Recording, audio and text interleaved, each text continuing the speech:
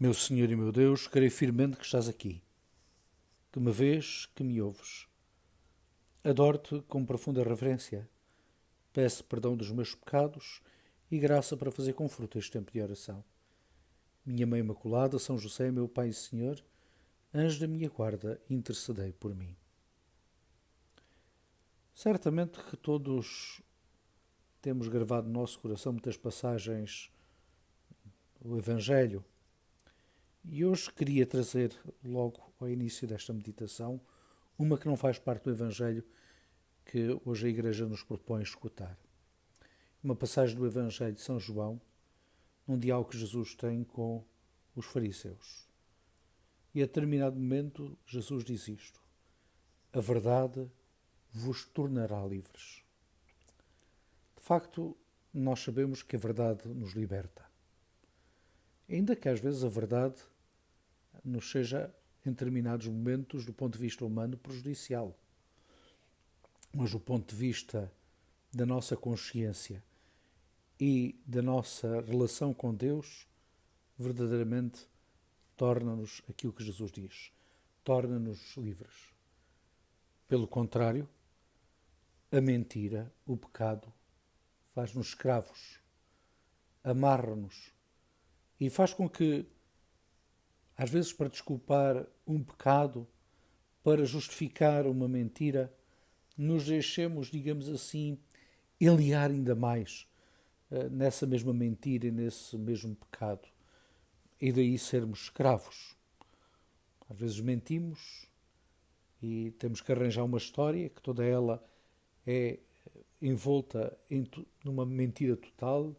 Tentamos arranjar desculpas para aquilo que acabamos de dizer, se somos, digamos assim, apanhados na mentira, como diz o ditado, é mais fácil apanhar um mentiroso que um coxo, e às vezes a desculpa é outra mentira. E hoje trazia exatamente logo estas palavras de Jesus, porque exatamente no Evangelho que hoje escutamos é-nos apresentado alguém, frágil como nós, mas procurou viver a sua vida enquanto judeu, enquanto último profeta, exatamente na verdade, assente na verdade. E a verdade muitas vezes tem consequências desagradáveis do ponto de vista humano. Do ponto de vista de Deus, não. Do ponto de vista de Deus é aquilo que dizia, é uma verdade que nos liberta e que nos faz mais próximos do Senhor. João Batista é a personagem que hoje nos é narrado no Evangelho. São João Batista sofre as consequências de viver exatamente nesta verdade. E quais são essas consequências? Todos nós sabemos. Em primeiríssimo lugar, recordar um pouco a história. João Batista, a quem Herodes tinha, digamos assim, respeito e que o escutava, a verdade é que João Batista dizia-lhe a verdade nua e crua, como ela é, sem rodeios, sem branqueamentos, e nessa relação de João Batista com Herodes, João Batista denuncia claramente a ele que ele vive em pecado, que se uniu exatamente em adultério, porque tomou para si Herodíade, a mulher do seu irmão. Claro que João Batista, assumindo esta posição de coerência com a fé, de coerência com a palavra de Deus, vive na verdade. Mas isto tem depois uma consequência brutal, porque se Herodes ouve com atenção, a verdade é que Herodíade começa a alimentar no seu coração, certamente a pouco e pouco, conforme vai ouvindo cada vez mais repetidamente João Batista denunciar este adultério, esta relação adúltera, pois vai alimentando no seu coração um ódio profundo a João Batista.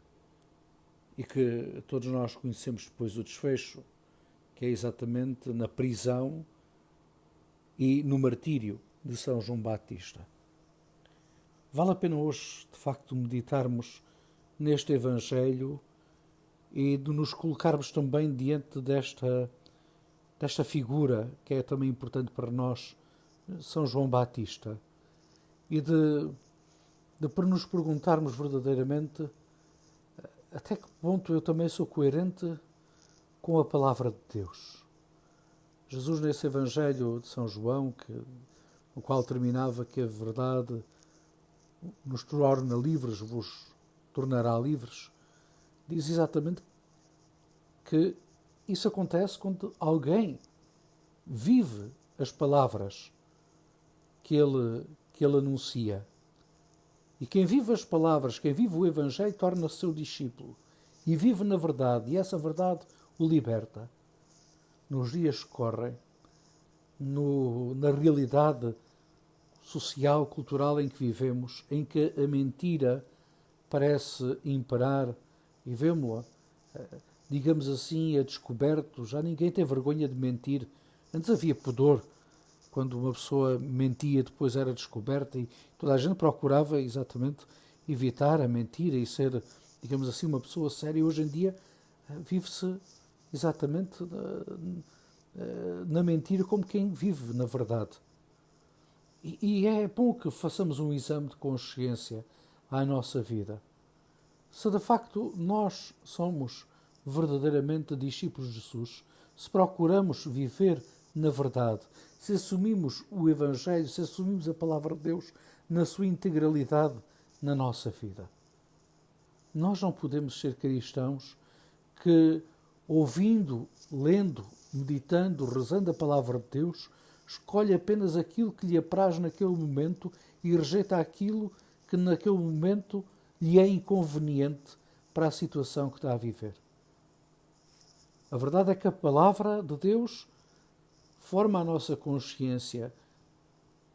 E isso é muito bom, porque se por um lado nos ajuda exatamente a fazer um caminho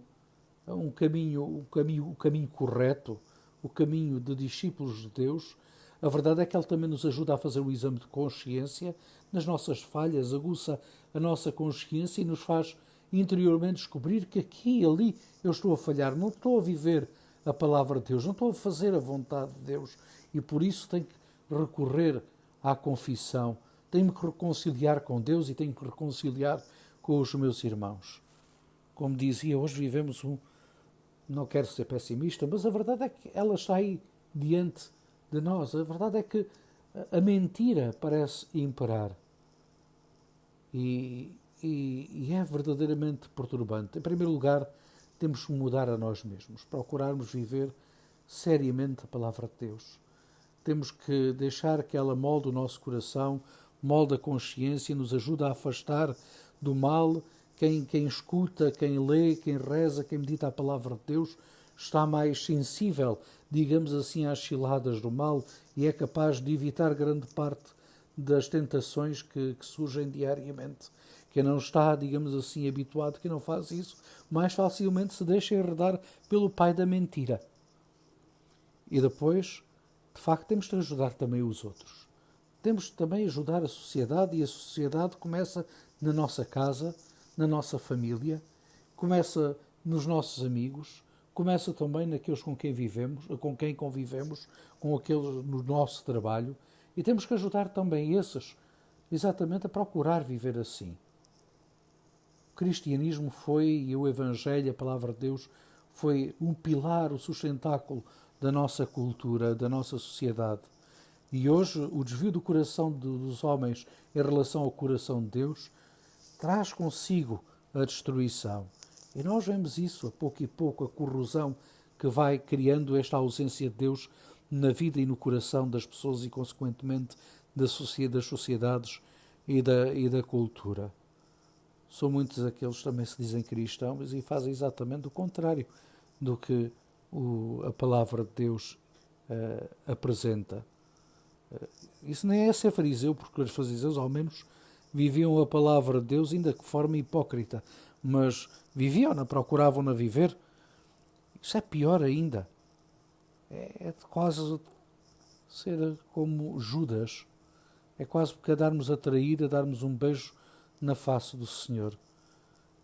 Há que ver cristãos que se dizem cristãos, que comungam e depois, por exemplo, são a favor do aborto, são a favor da eutanásia. Isso é uma incoerência, é uma falta de verdade, é uma falta de amor para com Deus e para com a sua palavra, que é verdadeiramente libertadora. Hoje rezamos por nós mesmos, por aqueles que connosco convivem e vivem, para que o Senhor nos ajude sempre a viver na verdade, a não termos medo, com João Batista, de proclamar essa mesma verdade, com todas as consequências que daí advenham, boas diante de Deus, às vezes sofridas diante dos homens. Dou-te graças, meu Deus, pelos bons propósitos, afetos e inspirações que comunicaste nesta meditação. Peço-te ajuda para os pôr em prática. Minha Mãe Imaculada, São José, meu Pai e Senhor, anjo da minha guarda, intercedei por mim.